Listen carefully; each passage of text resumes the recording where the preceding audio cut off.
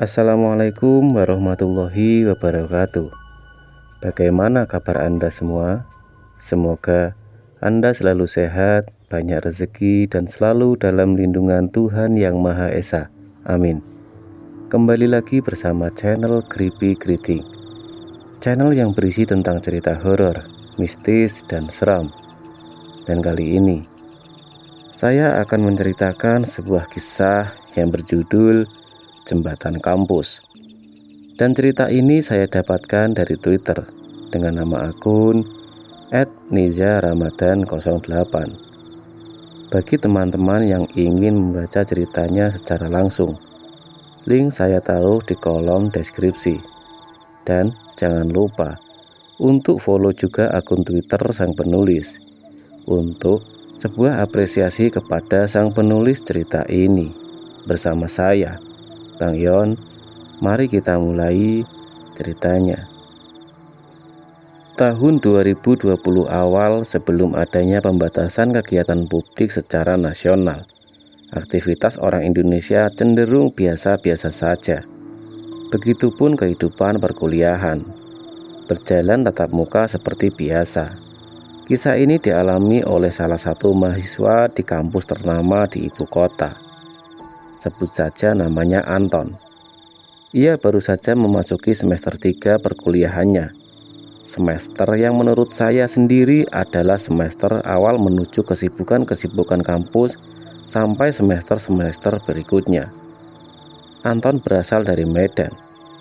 Dan sebagai orang Medan pada umumnya, Anton terkenal sebagai pribadi yang punya kepribadian tegas dan berani.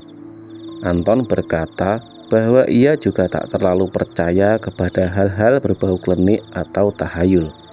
Menurutnya itu hanyalah bualan saja. Anton sendiri tinggal di asrama yang terletak di dalam kampusnya. Selain harganya lebih murah, ia juga bisa menghemat karena antara asrama dan gedung perkuliahannya ini terhubung oleh sebuah jembatan.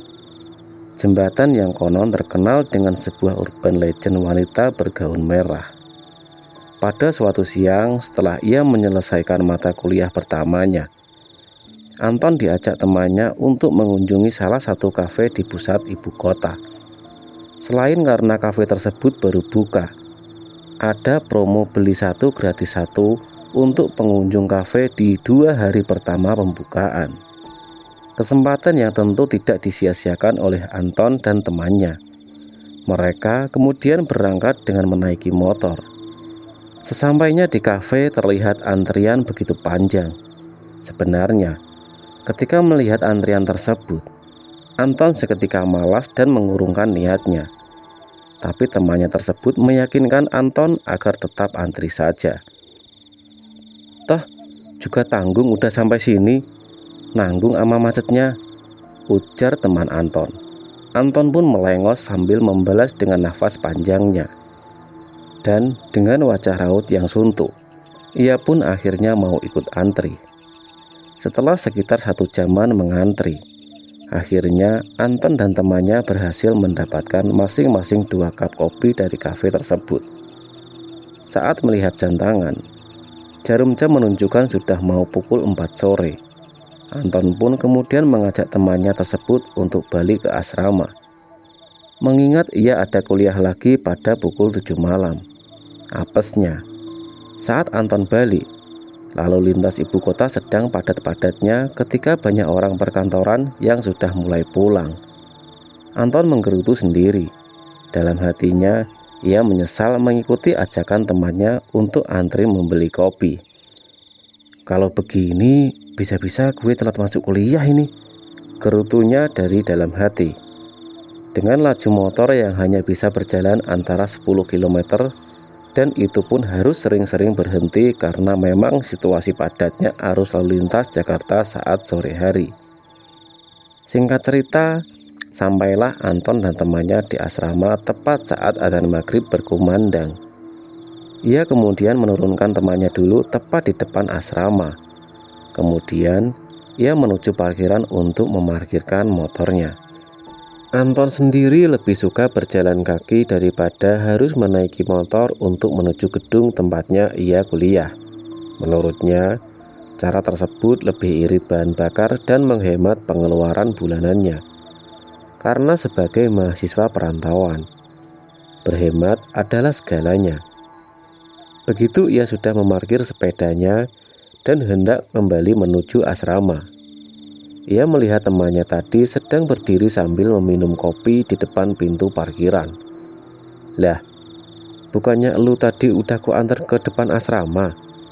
Kenapa sekarang lu ngikutin gue ke parkiran? Pertanyaan Anton tersebut tidak dijawab oleh rekannya tersebut. Ia masih sibuk minum kopi yang barusan ia beli bersama Anton. Ya udah, gue balik ke kamar dulu ya. Bentar lagi mau kuliah gue. Anton beranjak meninggalkan temannya yang masih diam berdiri sambil tetap meminum kopi. Ketika Anton masuk asrama dan akan naik ke lantai 2, ia berpapasan dengan temannya yang tadi. Loh, cepet banget lu sampai di sini, kata Anton. Cepet apaan? Jawab temannya. Lu kan tadi di parkiran, kata Anton. Di parkiran apaan sih? Kata temannya tersebut. Iya, lu kan tadi di parkiran sambil minum kopi, tegas Anton. Lu gimana sih, Ton? Jelas-jelas gue tadi lu turunin di depan asrama. Kopi gue aja masih utuh dua-duanya. Nih kalau nggak percaya. Sambil menunjukkan 2 cup kopi yang masih utuh. Anton bingung dengan apa yang sedang dilihatnya. Lah terus, lu dari mana? Tanya Anton. Ya baru mau naik ini. Kan tadi lu turunin di depan asrama. Ya kebetulan tadi ada teman gue lewat. Ya udah, gue ngobrol bentar sama dia. Habis itu masuk. Terus ini papasan sama elu. Malah lu nuduh gue habis dari parkiran. Ngaco lu. Terang teman Anton. Wajah Anton nampak seperti orang linglung kalau dia di sini. Terus yang di parkiran tadi siapa? Batinnya antara rasa percaya dan tidak percaya. Karena baru kali ini dalam seumur hidup Anton, ia melihat fenomena semacam itu. Ah, mungkin gue lagi banyak pikiran. Maklum, tugas lagi banyak. Ya udahlah, gue mandi dulu. Mau masuk kuliah soalnya. Anton pergi meninggalkan temannya yang sama-sama kebingungan dengan sikap Anton. Setelah Anton mandi, ia bergegas merapikan diri dan menyiapkan buku yang akan dibawa ia kuliah. Apesnya, Anton lupa untuk melaksanakan ibadah sholat maghrib, mengingat tinggal 15 menit lagi kuliah akan dimulai. Satu sisi ia pun harus jalan kaki menuju gedung tempatnya ia kuliah.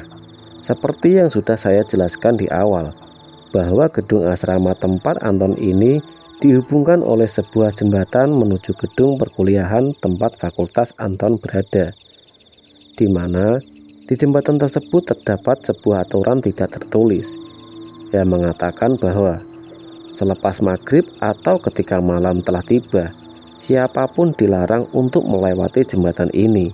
Peraturan tersebut dibuat karena konon ada makhluk tak kasat mata yang kerap mengganggu manusia yang melewati jembatan tersebut ketika malam hari.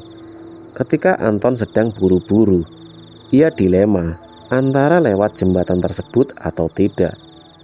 Jika lewat, maka ia harus siap menerima konsekuensi karena Anton sendiri sudah tahu ada peraturan tersebut. Terlebih lagi keberaniannya sedang goyah tatkala tadi ia berpapasan dengan sosok yang menyerupai temannya ketika berada di parkiran motor. Namun, bila Anton tidak melewati jembatan tersebut, maka Anton harus memutar jalan cukup jauh yang mungkin dengan berjalan kaki bisa menghabiskan waktu sekitar 20 menit atau lebih. Sedangkan bila dengan menyeberang jembatan, Anton bisa langsung sampai di depan gedung perkuliahannya. Waktu yang terus berjalan serta takut terlambat dimarahi dosen, Anton memutuskan untuk lewat jembatan tersebut. Tepat saat baru keluar dari asrama, Anton kembali terdiam. Dilema dengan keputusannya. Kemarin ia masih menjadi pribadi yang berani serta masih tidak terlalu yakin dengan hal gaib. Namun, kejadian yang ia alami tadi membuatnya berpikir bahwa hal gaib itu nyata adanya. Dalam diamnya tersebut, Anton tidak sengaja melihat seseorang berjalan menuju jembatan tersebut. Anton menjadi agak tenang. Ia tidak jadi sendirian melewati jembatan tersebut, pikirnya. Saat akan dihampiri, orang tersebut sudah berjalan masuk menuju jembatan. Dengan sedikit agak tergesa, Anton berusaha menyusul orang tersebut. Dalam benak Anton, minimal posisi Anton berada di belakang orang tersebut agar ia bisa meyakinkan dirinya bahwa ia tidak sendirian kala itu. Dan tanpa Anton sadari, Anton sudah memasuki jembatan tersebut. Anton berjalan agak cepat ketika orang yang ia lihat kini posisinya sudah agak terlampau jauh. Namun, semakin Anton mengejar, Anton menyadari bahwa langkah orang yang ada di depannya juga ikut bertambah cepat pula. Setelah merasa capek, Anton pun menyerah dan akhirnya memilih untuk berjalan saja. Minimal, ia masih bisa melihat orang yang berada di depannya tersebut. Anehnya, Anton merasa bahwa ketika ia berjalan melewati jembatan tersebut, langkahnya tak kunjung sampai di seberang. Baik ia berjalan lambat maupun dengan langkah yang agak cepat. Padahal seingat dia, jembatan ini jika siang hari ya seperti jembatan penyeberangan pada umumnya. Anton merasa jembatan tersebut bertambah panjang setiap kali ia melangkahkan kakinya. Hingga Anton sadar bahwa orang yang tadi ia lihat kini telah berhenti tepat di ujung jembatan. Anton pun sedikit merasa lega, tetapi juga merasa sedikit janggal. Buat apa dia berhenti di ujung jembatan? Apa mau menungguku? Pikirnya. Lambat laun Anton menuju orang tersebut. Dalam penglihatannya, samar-samar orang tersebut perlahan tapi pasti berubah menjadi sebuah sosok yang jika dilihat sekilas nampak memakai gaun berwarna merah. Semakin dekat semakin jelas bahwa sosok itu juga mempunyai rambut yang panjang. Hingga pada momen Anton mengalihkan pandangannya melihat ke arah bawah, di mana kaki dari sosok tersebut tidak tampak menyentuh tanah. Ketika Anton mengembalikan penglihatannya ke depan, Anton akhirnya mengetahui bahwa sosok tersebut kini tersenyum menyeringai ke arahnya. Sosok penunggu dari jembatan tersebut akhirnya menampakkan wujudnya. Sosok tersebut ialah kuntilanak merah. Anton berada dalam ketakutan yang luar biasa. Baru kali ini ia melihat penampakan dengan begitu jelasnya. Namun karena ada rasa harga diri, keberanian yang tersisa dan ada rasa tanggung jawab untuk mengikuti perkuliahan, Anton berencana nekat untuk tetap melewati sosok tersebut. Anton mempercepat jalannya sambil terus membaca istighfar. Astagfirullah, astagfirullah, astagfirullah. Ketika Anton beristighfar itulah makhluk itu semakin lantang dalam tawanya, seolah ia tidak gentar dengan zikir yang diucapkan oleh Anton. Hal di luar nalar selanjutnya adalah ketika Anton mengeraskan bacaannya, kuntilanak itu malah bertingkah semakin liar. Ia terbang naik turun ke sana kemari sambil terus tertawa melengking dengan suara khasnya. Melihat fenomena tersebut, Anton kemudian menutupi wajahnya sambil terus mengucap istighfar, sambil terus melanjutkan langkahnya yang diselingi tawa dari sosok kuntilanak merah tersebut. Anton hanya berharap ia segera sampai dan keluar dari jembatan tersebut. Dalam ketakutannya yang luar biasa tersebut, mendadak suara tawa kuntilanak itu hilang secara tiba-tiba. Suasana begitu hening. Namun dalam kesunyian itu, Anton merasa ada hembusan angin yang menyapu tengkuknya. Anton menghentikan langkahnya sambil ingin menenangkan dirinya terlebih dahulu. Mungkin gue sudah sampai ujung kali ya, hiburnya dalam hati sambil tetap beristighfar. Anton perlahan menurunkan kedua tangannya untuk meyakinkan dirinya ia harus melihat situasi sekitar. Begitu Anton membuka mata, wajahnya berhadapan langsung dengan kuntilanak merah tersebut. Matanya hitam, mulutnya tersenyum menyeringai sambil terus mengeluarkan lendir. Raut wajahnya putih pucat serta mengeluarkan aroma busuk bangkai. Dalam kondisi Anton yang tidak berdaya tersebut, kuntilanak itu kemudian berkata, "Astagfirullah, astagfirullah," yang diselingi dengan tawa yang melengking. Tubuh Anton mematung, lidahnya keluh ketika melihat sosok itu terus mengucapkan istighfar. Ketika badannya kembali bisa bereaksi, Anton pun berlari putar balik menuju asramanya. Dalam pelariannya tersebut, dari arah belakang, kuntilanak itu terbang mengejarnya sambil berucap, "Astagfirullah, astagfirullah." Kemudian kembali tertawa dengan kerasnya.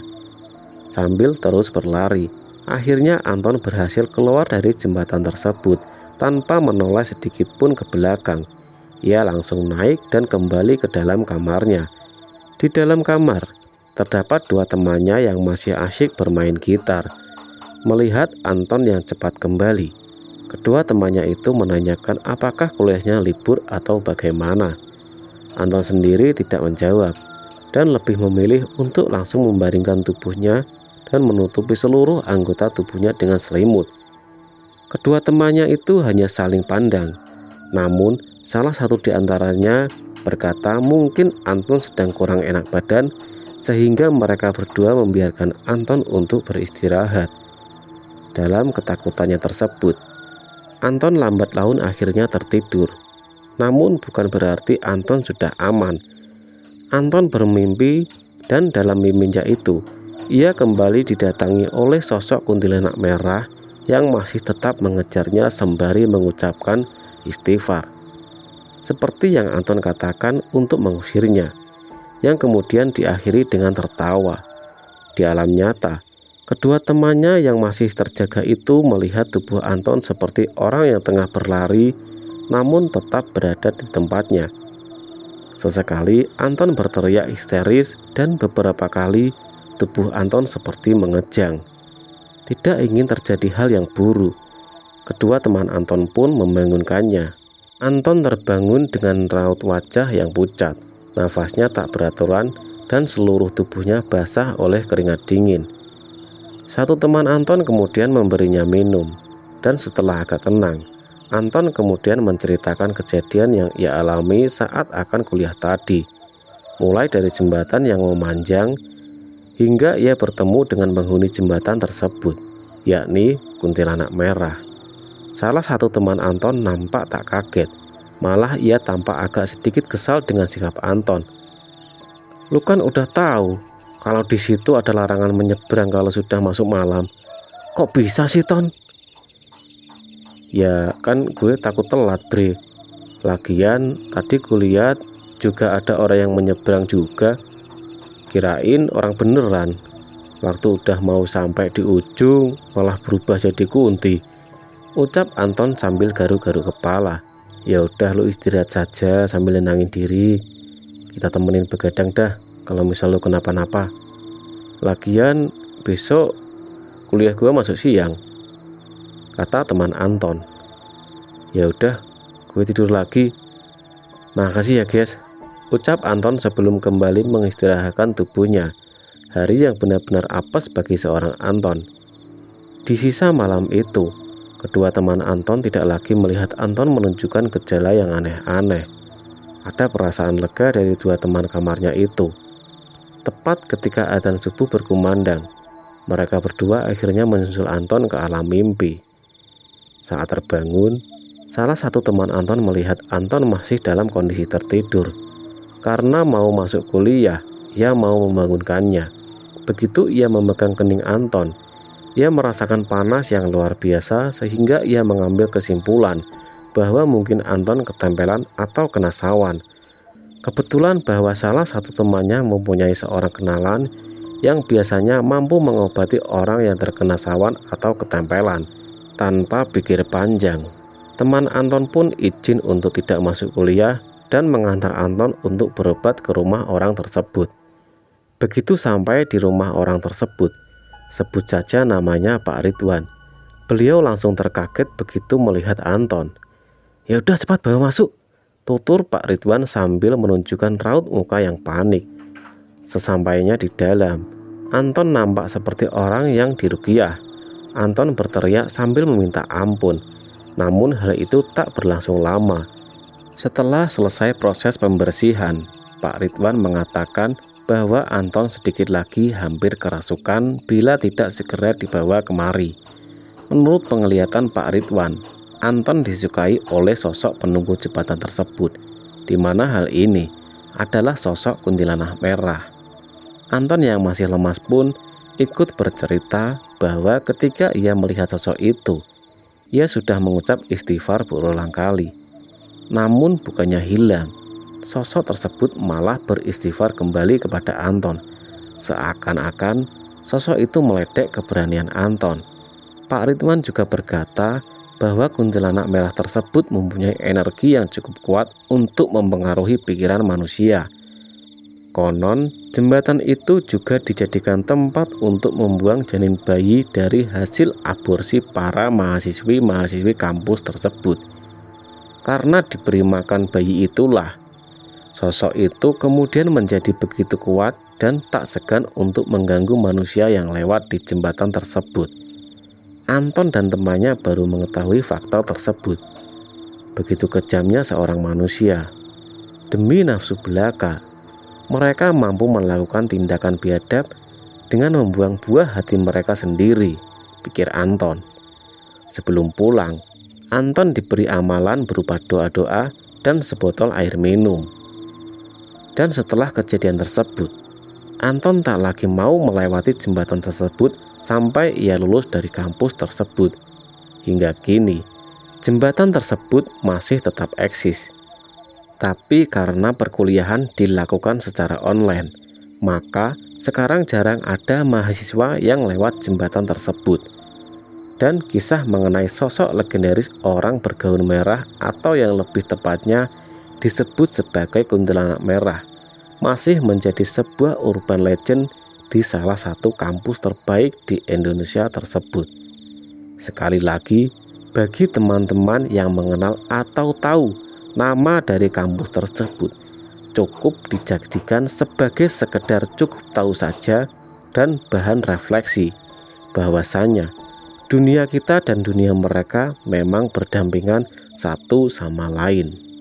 Dan cerita pun selesai. Dan itulah kiranya cerita tentang penunggu jembatan kampus.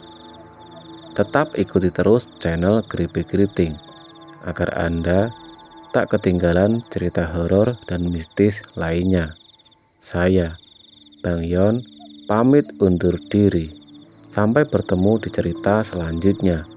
Assalamualaikum warahmatullahi wabarakatuh.